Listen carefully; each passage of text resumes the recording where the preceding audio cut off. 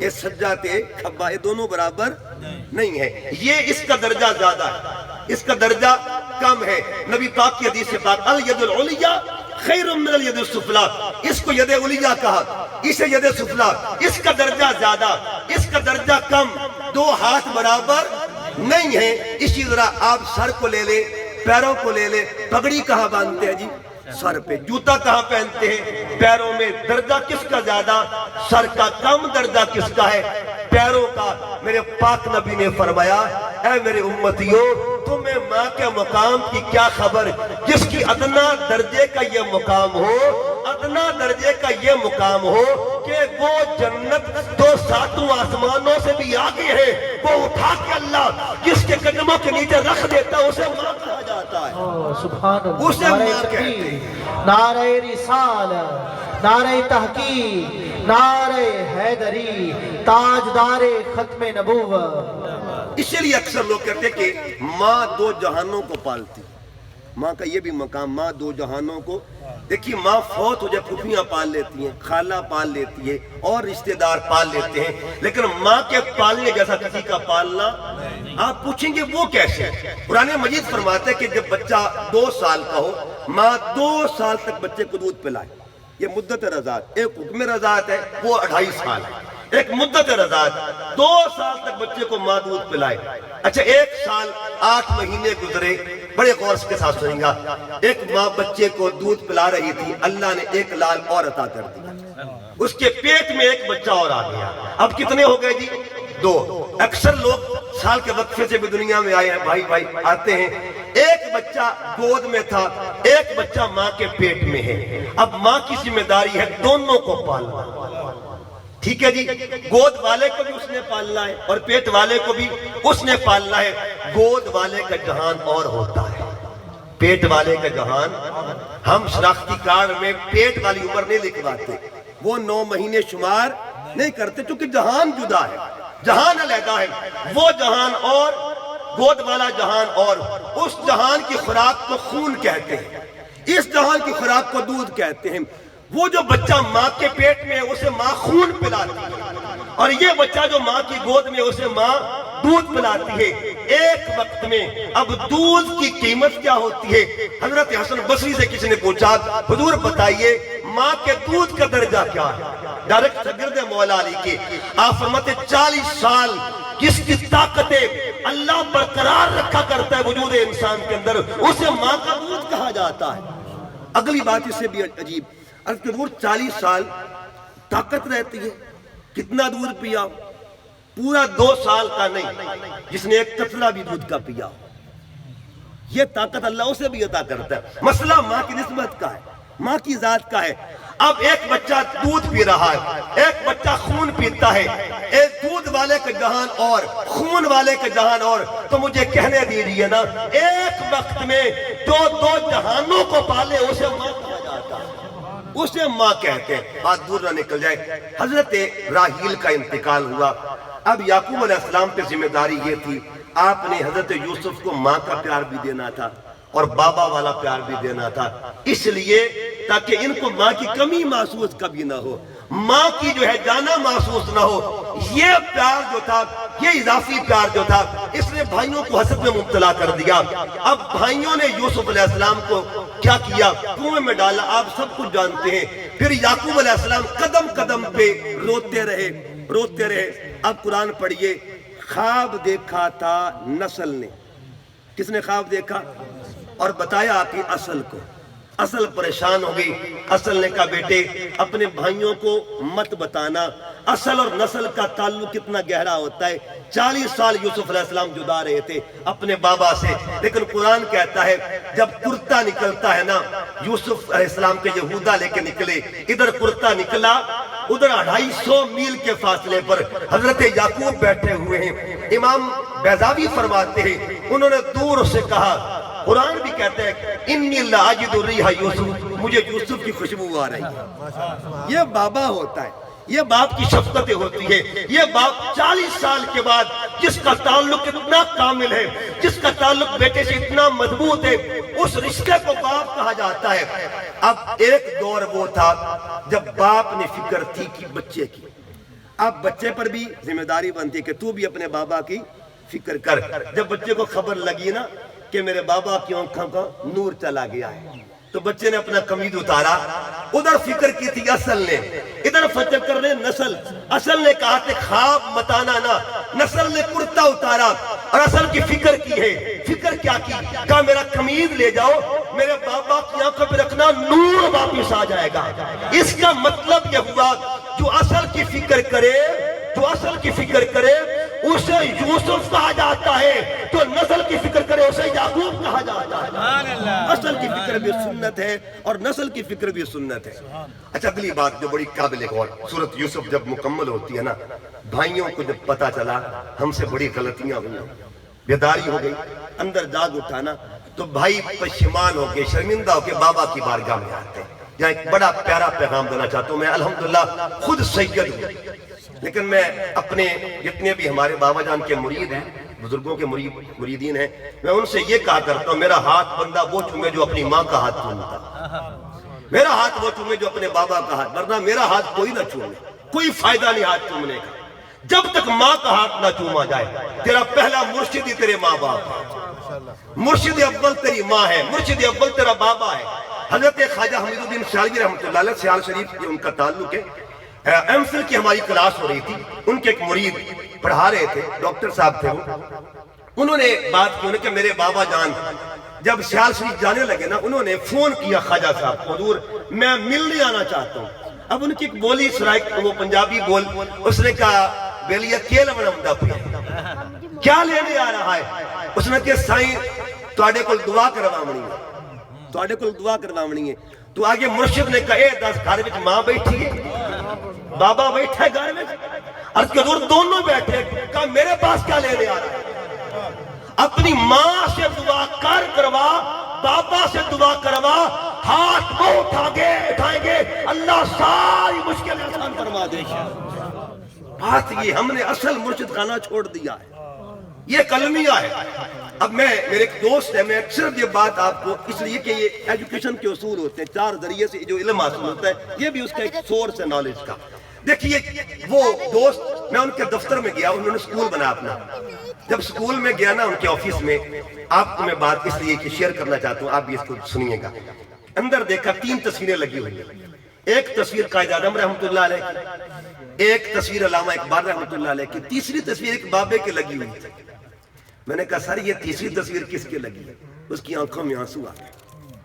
کہ 2 جو ہستیاں تو ان کو تو آپ جانتے ہیں نا, یہ محسن پاکستان ہے, اور یہ جو تیسری ہستی ہے نا, یہ محسن ہمارے خاندان کا محسن ہے, یہ میرے بابا جان ہے. اور میں جب تک کرسی میں بیٹھتا ہوں نا, میرے سر پہ تصویر ہوتی ہے تاکہ لوگوں کو خبر لگ جائے اگر کرسی ملی ہوئی ہے نا, ان کی برکتوں سے مجھے ملی ہوئی ہے. اگر ان کی دعا شامل حال نہ ہوتی, ماں باپ کی دعا, کبھی کرسیاں نہ ملتی. اعزاز ملا ہے تو ان کے صدقے سے ملا ہوا. اب سارے بھائی مل کے اپنے بابا کے پاس ہے. یہ قرآن کا فکر ہے, قرآنی فکر ہے.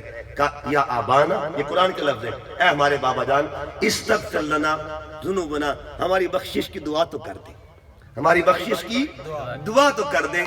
اب سنیے گا بات. حضرت یوسف علیہ السلام کی بارگاہ, یعقوب علیہ السلام کی بارگاہ میں بیٹے آتے, بابا ہماری بخشش کی دعا تو کر دیں.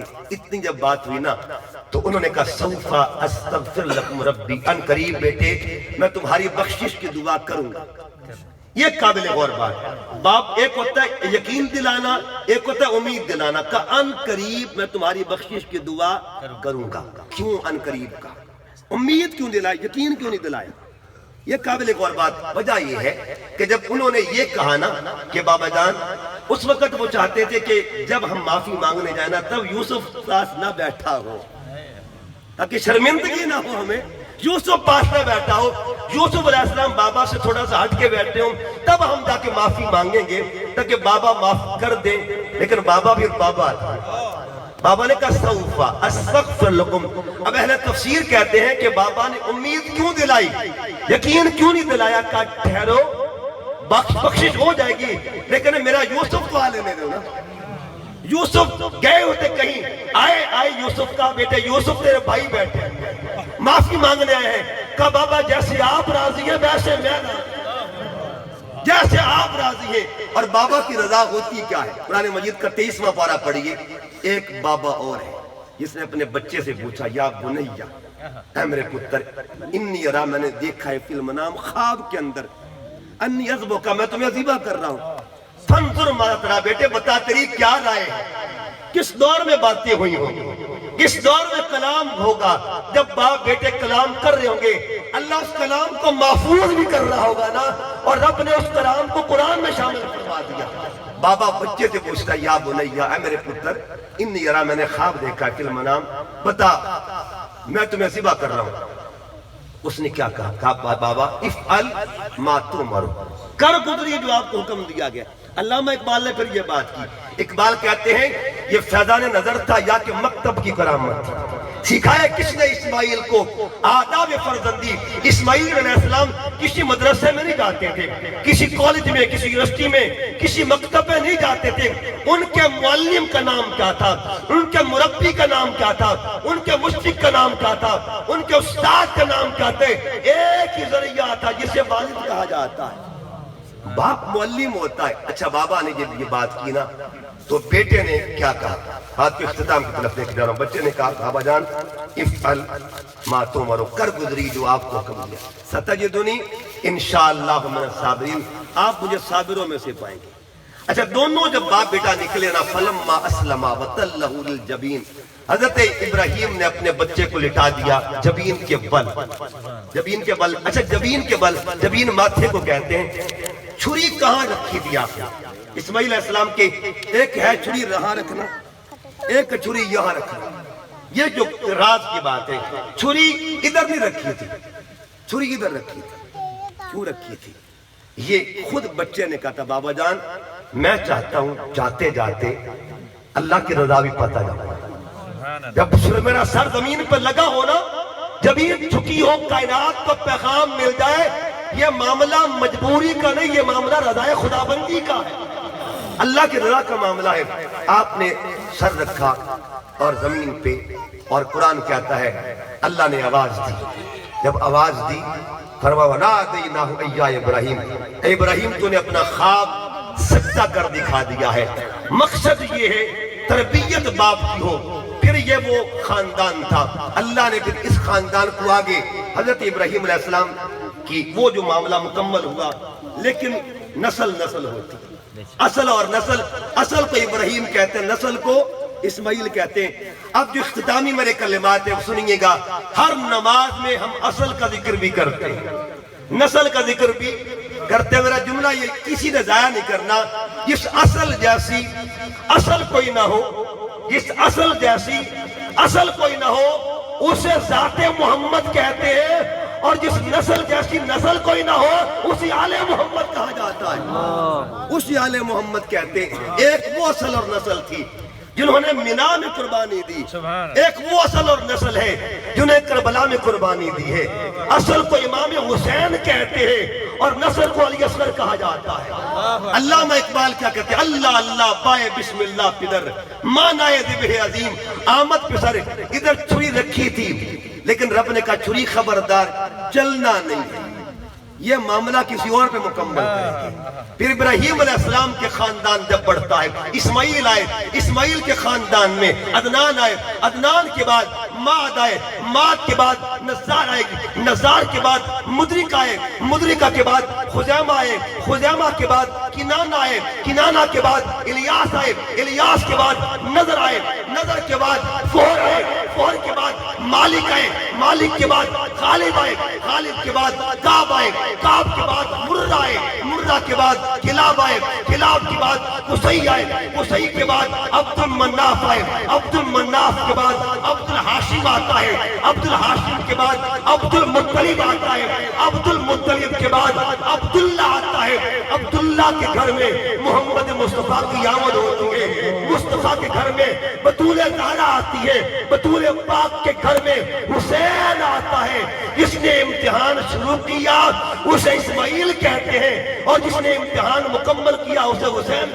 سبحان اللہ. نعرہ تکبیر، نعرہ رسالت، نعرہ تحقیق، نعرہ حیدری، تاجدار ختم نبوت. دفعہ مامو کانجن میں گیا تو وہاں میں نے دیکھا ایک بابا جی کا نام لکھا نیم پلیٹ، اور نیم پلیٹ کو تقریباً لکھے ہوئے تقریباً کوئی 60 سال ہو گئے، اتاری نہیں گئی۔ کہتے جی کیوں نہیں اتارتے؟ بچوں کا نام، کہتے باقی کا نام ہم سائڈ پہ لکھتے تھے لیکن یہ نہیں اتارتے۔ ہمارے دادا نے کہا نہیں اتارنی، یہ میرے بابا کی نشانی ہے۔ ہمارے بابا نے کہا یہ نہیں اتارنی، یہ میرے بابا نے کہا تھا۔ اس کا مطلب جب تک ہم اپنے بزرگوں کے ساتھ جڑے رہیں گے نا، اس جڑنے کی برکت اللہ قیامت تک دے گا۔ یہ 5 نمازوں میں اللہ فرماتا ہے، پیغام یہ دیتا ہے اپنے بزرگوں کے ساتھ جڑے رہو۔ ربنا اغفر لی ولی والدیا کا فلسفہ یہ ہے، اپنے آباء و اجداد کے ساتھ جڑے رہو۔ اگر جڑے رہو گے یہاں بھی برکت ملے گی، وہاں بھی برکت ملے گی۔ مجھے ایک حکم دیا گیا، بس ایک جملے میں وہ بھی بات کہ دیکھیے باپ اور بیٹے کا، حضرت سیدنا ابوبکر صدیق رضی اللہ تعالیٰ، ان کا مہینہ بھی ہے۔ ان کے بابا کا نام تھا عثمان، لیکن ابو قحافہ ایک مشہور ان کی کنیت تھی۔ تو ایک دن حضور